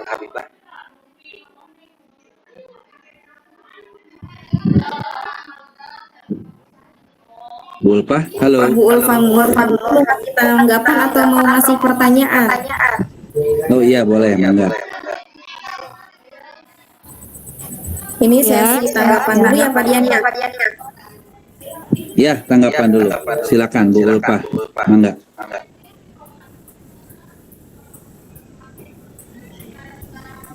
Bertanya boleh? Oh, langsung bertanya aja. Mangga, nggak apa-apa, silakan. Boleh. Silakan. Kepada Bu Ati ya, pertanyaannya, gimana ya? Ini bagaimana cara membangun budaya positif di sekolah? Untuk Bu Ati ya. Membangun budaya positif ya, Bu? Nah, bagaimana cara membangun budaya positif di sekolah? Siap. Terima kasih. Gimana Bu. Pak Dian? Mau dijawab atau kita tampung dulu? Tampung aja dulu, Bu. Ini saya lagi tulis. Boleh. Terus ini tadi ada yang nanya di apa namanya di pesan dari room chat dari Bapak Yohani Yatriani. Ini Ibu Yohani Yatriani, Bapak apa Ibu ya? Ibu. Oh Ibu. Bu Yohani Yatriani, langsung aja ke inilah ke Raisen aja karena ini emang sesinya tanya jawab. Boleh? Gak apa-apa, silakan. Tidak usah di room chat juga supaya Boleh ini untuk siapa aja ya? Maksudnya pertanyaannya. ya siapa aja. Ya harus untuk Bu Santi atau Bu Ati atau yang lainnya. Atau mangga selanjutnya dari Bapak Ucu Rahmah. Ibu. Ibu Ucu Rahmah. Enggak, maaf. Ibu Ucu, mangga. Mangga Bu Ucu. Iya, mau nanya tentang nilai-nilai kebajikan yang menyangkut tentang kejujuran ya Pak. Bagaimana contoh konkret di sekolah menanamkan nilai-nilai kejujuran. Contoh konkret di sekolah ya Pak, menanamkan nilai kejujuran kepada anak. Terima kasih. Oke, Bu. Terima kasih Ibu. Terima kasih Bu Ucu. Nah ini satu lagi dari Ibu Rani Rahmayati. Mangga Bu Rani. Bapak mungkin dibatasi 3 pertanyaan dulu. Ya, 3 pertanyaan aja lah udah karena udah lewat 1 jam ini. Ibu Rani Rahmayati, mangga silakan. Iya. Assalamualaikum warahmatullahi wabarakatuh. Salam warahmatullahi wabarakatuh. Ibu kurang jelas suaranya. Pak, sebentar. Nah, udah kedengaran Pak? Halo? Bisa sedikit lagi enggak? Sebentar. Assalamualaikum. Udah ada Pak? Udah ada lah sedikit. Iya. Ini mau bertanya kepada Pak Dian. Iya, mangga.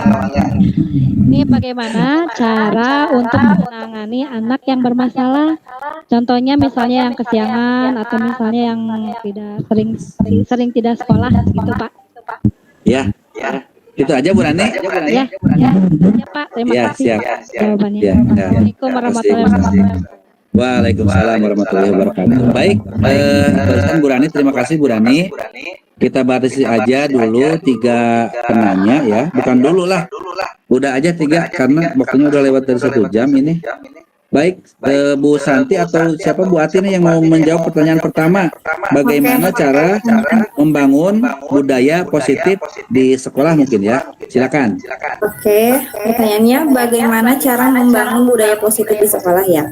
Nah, upaya dalam membangun budaya positif di sekolah itu yang berpihak pada murid, kita bisa mengawali dengan membentuk lingkungan kelas yang mendukung sehingga terciptanya budaya yang positif. Itu bisa dengan menyusun kesepakatan kelas, misalkan seperti itu.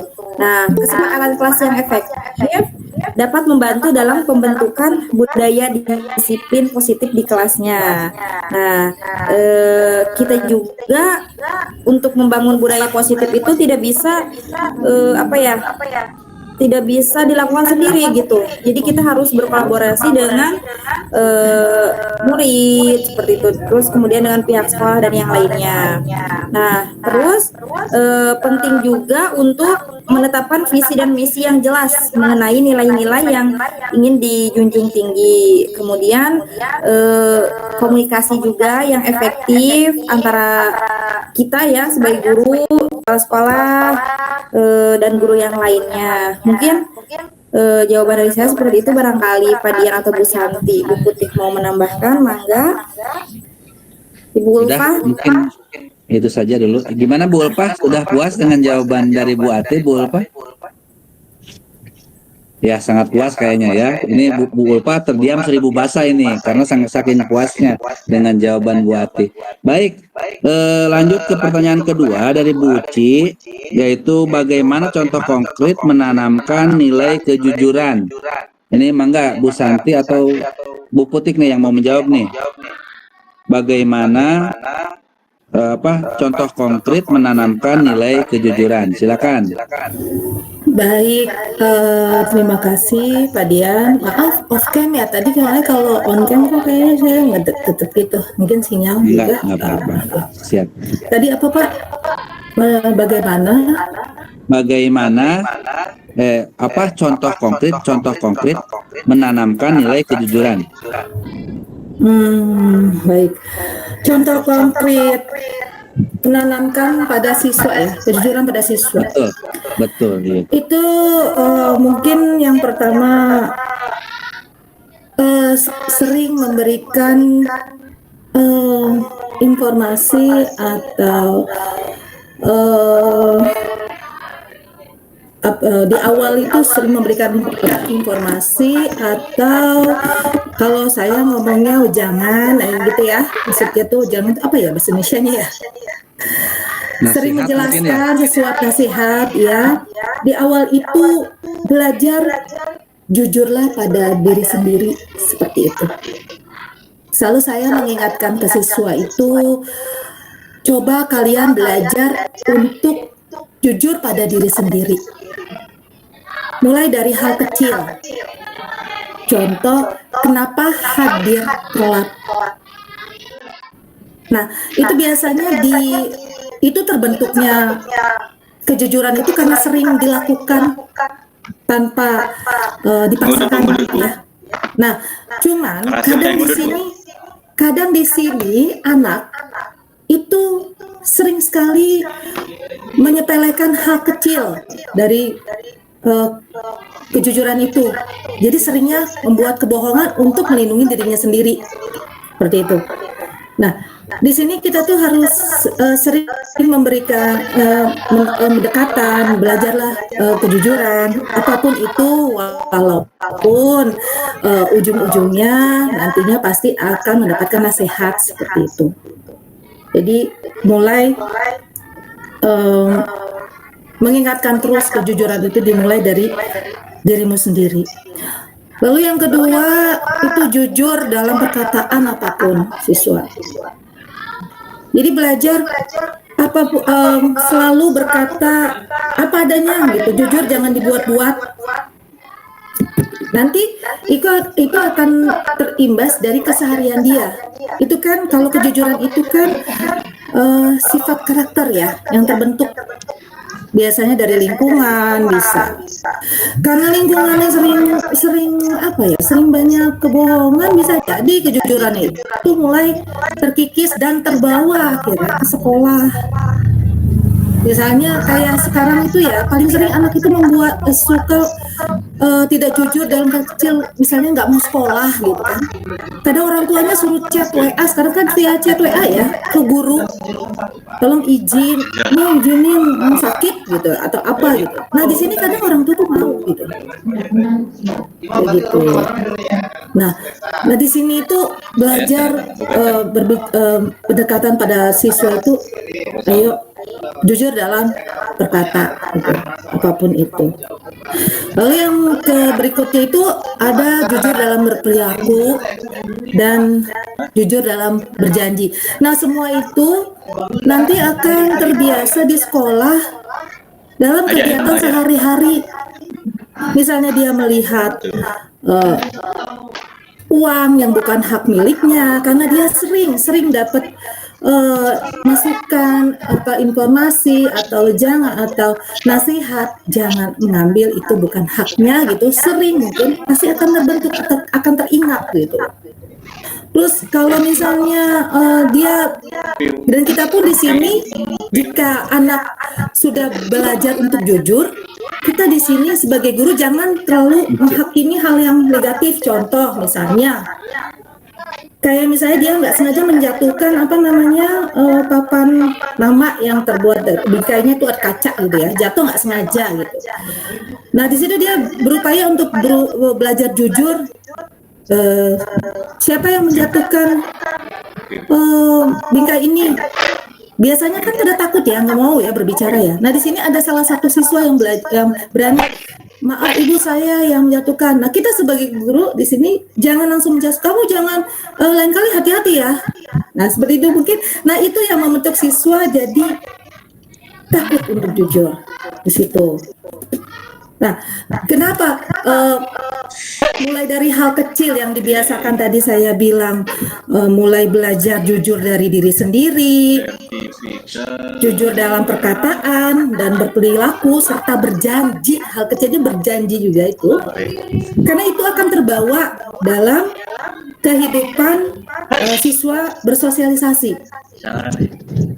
Dan insya Allah akan terbentuk juga siswa yang memiliki komitmen, kejujuran pastinya, dan berjanji juga ditepati, nggak asal janji-janji doang gitu ya. Seperti itu. Jadi Ya, terima kasih Bu Putih. Jawabannya sangat jelas ya. Ya baik, terima kasih untuk Ibu siapa tadi? Ibu Ucu. Ya, terima kasih Ibu Ucu. Bagaimana Ibu Ucu? Ya. Alhamdulillah, terima kasih. Iya. Kalau dibahas mah masih panjang ya, terutama kalau saya pengen nanya, tapi karena waktunya sempit, Iya. saya pengen balikin kalau kejujuran di pihak guru nanti aja kalau ada lain kali. Jadi kan kejujuran dari siswa, saya pengen dari pihak guru yang jujur kepada anak. Nanti aja ya Pak ya. Iya. Siap. Nanti sesi kedua ada lagi, insya Allah. Terima kasih atas partisipasinya Ibu. Terima kasih. Baik, ini untuk yang terakhir ya. Pertanyaan dari Bu Rani, karena waktunya untuk kedua jam itu 7 menit lagi, kita percepat saja Bu Rani. Kalau pertanyaan Bu Yohani belum tadi. Oh iya, mangga tuh Bu Yohani. Jawabannya sama Bu Santi ya. Iya, berarti sudah 3 pertanyaan cukup ya Pak? Cukup. Ada Ya, dibuka udah, lagi. udah. Enggak, tadi satu yang Bu Rani ada, pertanyaan Bu Rani, satu lagi. 4, berarti udah ditutup aja langsung. Maaf di sini baru azan.